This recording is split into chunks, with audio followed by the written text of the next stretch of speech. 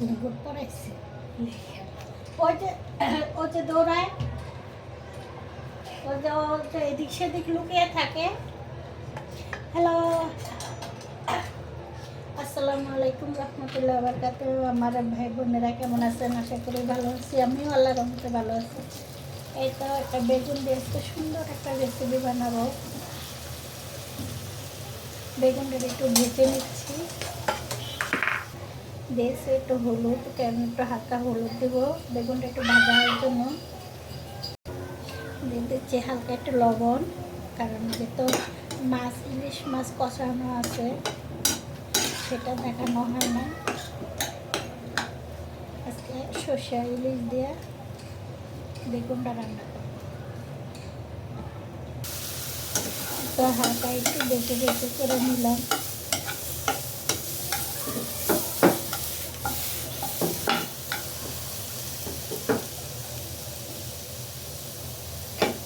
আগের একটু মাছ ছিল,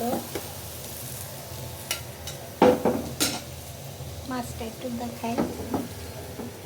একটু ইলিশ মাছ আছে, এর সাথে একটু বেগুন অ্যাড করে দিব।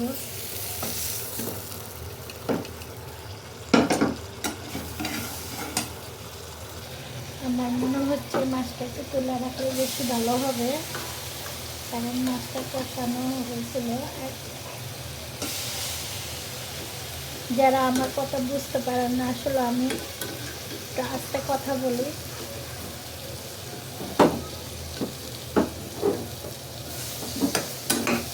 রাগ উঠলে সবাই চিল্লে কথা বলে, সেটা তো জানেনি মেয়েদের একটা স্বভাব।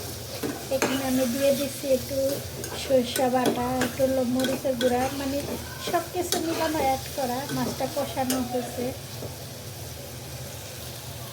এখানে একটু পানি অ্যাড করে দিব। আপনারা বুঝতে না পারলে আসলে আমি সরষে মানে ইলিশ মাছটা আগেই কষিয়ে নিয়েছি। ওই যে আমার একটা মোবাইল খুঁজে পাই না, তার জন্য খুঁজতে গিয়ে আমার হয়ে গেছে, ওইটার ভিডিওটা নিতে পারি না। এখন দিয়ে দেব মাছটা। এত মাছটা দিয়ে দিচ্ছি। আসলে মেঘনা নদীর মাছ, এই তো। আর এখন তো ইলিশ মাছের অনেক দাম।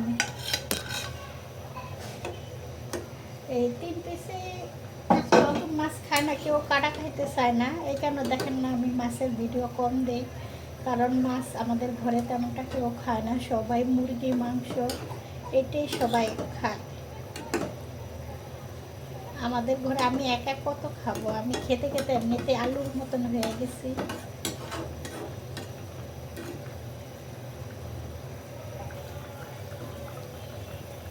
আমার বেগুন ইলিশ হয়ে গেছে, একটু ধনে পাতা দিয়ে দিচ্ছি।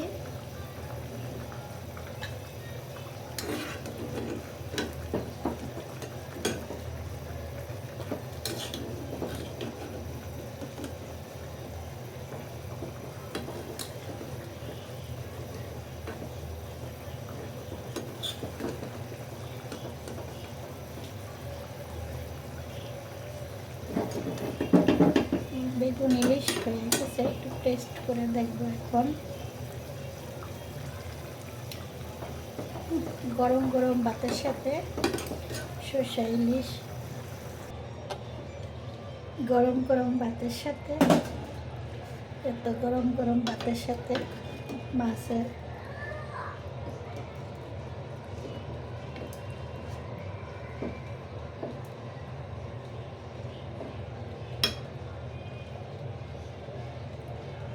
মাছটা আসলে লাড়াচাড়া দেওয়ানো ভেঙে গেছে, বড় মাছের পিস ভেঙে গেছে।